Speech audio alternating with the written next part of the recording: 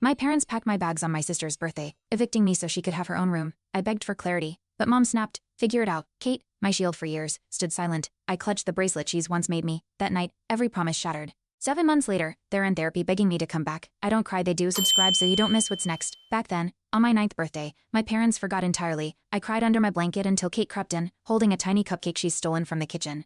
"Pretend it's from them," she whispered. That night we lit the candle together, just us. I wore the paper crown she made. It was silly, but sacred. Even then, she shielded me. I believe her love was armor. 3 months ago, she whispered, I had to survive too. In middle school, when Dad called me too dark for family photos, I hid in my closet. Kate found me there with tear-streaked cheeks and offered her favorite hoodie. "You're the brightest one," she whispered. That hoodie became my shield. We shared secrets, fought together, healed each other. I thought we were unbreakable. Last winter, she watched as our father said those same words and said nothing. When they tossed me out, I stood in the driveway clutching a garbage bag of clothes. My mother called me too much. Kate looked down at her phone. I waited for her to speak up. She didn't. Aunt Bonnie picked me up 10 minutes later. "This isn't love," she said. I cried in her passenger seat, fists clenched. That night, I unpacked in a room with lavender sheets. 2 weeks later, Kate posted a family photo. I wasn't in it. At school, the rumors started. Lily was violent. She stole. My father told the counselor I had anger issues. I sat silent, knowing any defense would sound like an excuse. Bonnie fought back, demanding records. There were none. Kate remained silent. I spotted her in the hallway once she turned the corner. Last month, Tyler told me she cried that day, but I still walked alone. Bonnie brought me to a community circle. Women of color shared stories of betrayal, resilience. I spoke with shaking hands. They made me feel disposable. An older woman hugged me. "You are sacred." Her words echoed for days. Kate messaged that night, "I miss you." I didn't reply. That bracelet she made me, I buried it in my drawer. 3 weeks later, I dreamed I gave it back but woke up crying. Kate showed up at Bonnie's door one Sunday, asking to talk. Her voice trembled. "They said you didn't want me anymore." I froze. Bonnie stood between us. "You know better." Kate cried but left. I didn't follow. That night, I reread her old letters. They used to say, "I'll never leave you." Now they felt like lies. A week later, she texted, "Can I try again?" I left it on read. Bonnie took me to therapy. I hesitated, arms crossed. "They'll never change," I muttered. But the therapist asked, "What if healing isn't about them?" That question broke something. I started journaling pages of rage. Lost fragments of Kate's laugh. I stopped dreaming about going home. Home became lavender sheets, Bonnie's humming Sunday pancakes. 2 days ago, Kate called. I didn't pick up, but I didn't delete the voicemail either. It happened at the family therapy session Bonnie dragged me to. I hadn't seen them in months. My father opened with, "She always overreacted." I stood up. "You called me a mistake." Evelyn sobbed. "We did our best." Kate whispered. "You left me too." Silence. The room shrank around me. Heat crawling up my neck. I looked at Bonnie. She nodded. I walked out. Later, my mother emailed, "I'm sorry. I'll sit in silence until you believe it." The next session, I brought Kate's bracelet. "You made this when we were 9. She reached for it. Eyes watering, I pulled it back. "Not yet." My voice cracked. "But I didn't cry." Marcus scoffed. "She's manipulating you." Bonnie's hand gripped mine. "Enough," she snapped. For the first time, Kate said, "Dad, stop." The room stilled. I placed the bracelet on the table. "Earn it back." Marcus didn't return the next week. Evelyn came alone.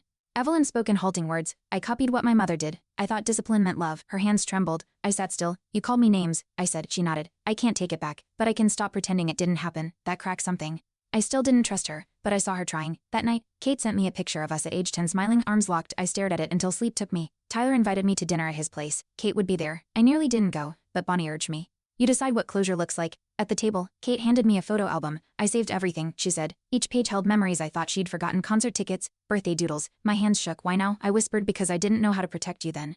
But I want to try now." I didn't leave early that night. At a group session, I shared for the first time. They taught me shame before they taught me love. My voice wavered, but I didn't stop. Bonnie clapped. A woman across the circle cried. "That was me too." She said. I felt something uncoil inside me. Not forgiveness, clarity. Kate was there, sitting in the back. She didn't speak, but she stayed. Afterward, she slipped me a note. "Still here, still hoping." I kept it. The bracelet sat untouched on my nightstand. One morning, I picked it up, ran my fingers over the faded beads. "She was just a kid too," I whispered. Bonnie walked in, saw me holding it. "You don't have to forgive," she said. "But healing doesn't wait for perfect apologies." I nodded. That afternoon, I mailed the bracelet to Kate with a sticky note. "One step.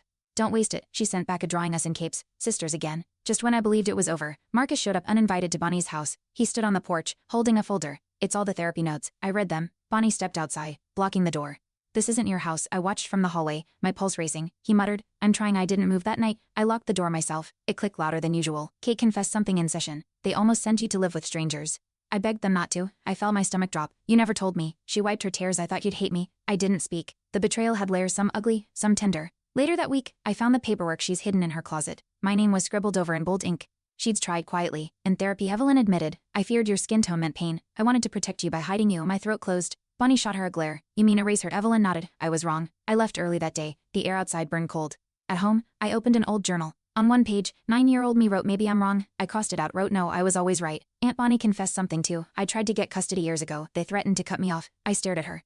"Hide it and you fight harder." She winced. "I didn't think I could win." That cracked me. The betrayal wasn't just parental, it was silence, fear. Everyone folding. That night, she left a note by my bed. "I'm fighting now. Every day I tucked it into my journal beside the old scribbles. At group, a woman named Mara shared a story almost identical to mine. Her mother said the same slurs, her sister left too, but we found each other, she smiled. We exchanged numbers that night. We talked for hours. She called it mirror healing, for the first time. I felt less alone. Weeks later, she invited me to speak with her at a panel. I said yes, my story mattered as so did hers. Marcus finally showed vulnerability. In therapy, he said, my father called me a mistake. I repeated the cycle. He looked at me. You didn't deserve it.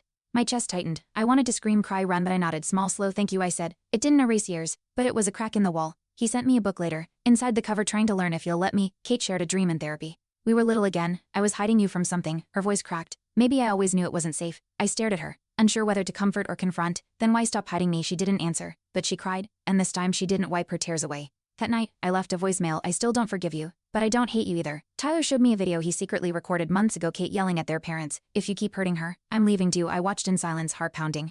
Why didn't she show me this? Tyler shrugged. She didn't think it'd fix anything. Maybe it wouldn't, but it mattered. That night, I put the bracelet back on just for a minute, just to see how it felt. It didn't burn. Kate and I visited the park we used to play in. She brought sandwiches, just like old times. We sat on the swings. I never stopped loving you, she said, but I didn't know how to protect you without breaking too. I nodded. You broke anyway, she nodded back. No excuses, just truth. A little girl ran by, laughing. Kate smiled. That was us once. I whispered, maybe it still can be. Bonnie handed me a photo album she'd kept hidden. Your mother gave this to me when you were born. Inside were baby pictures, me, swaddled, smiling. Notes from Evelyn. She likes music. Her laugh is tiny lightning.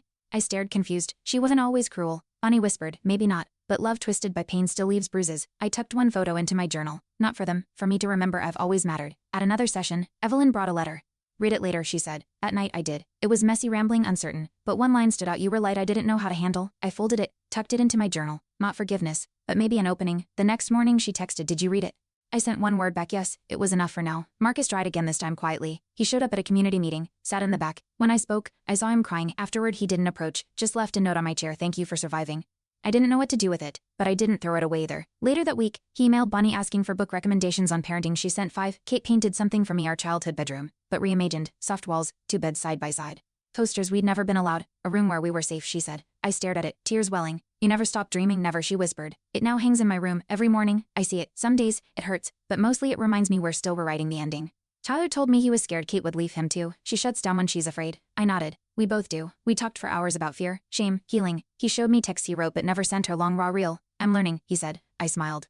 We all are. Later, Kate texted me. Tyler says hi, and thank you. I replied, tell him I said keep talking. Mara invited me to her daughter's recital. You're part of our circle now. I watched little girls in tutus twirl with joy. One waved at me, tiny, beaming. I waved back, heartful. They're safe, Mara whispered. Because we broke the chain, I believed her. Afterward, I hugged Mara tight. Thank you for reminding me joy exists, she smiled. It never left you, just needed a mirror. Bonnie and I baked cookies one Sunday. Like we used to. She spilled flour on her shirt and laughed. Look at us, she said. I smiled, safe, whole almost. We sat on the couch, cookies warm between us. You gave me a home, I whispered. She nodded, wiping her eyes. Later, I wrote a letter to my future self. You survived. You're safe, keep building. I tucked it under the cookie tin. The bracelet broke, not out of anger, just old thread, too worn. Beads scattered across the floor. I knelt, collected each one. Kate helped. We sat in silence. Then she said, let's make a new one. This time, we chose the colors together. Purple for peace, gold for growth, red for the blood we share. When we finished, I tied it on her wrist. She tied mine. 2 sisters, choosing again. Looking back, I remember the silence after being told to leave. That stillness became the first note in a different song one I wrote myself.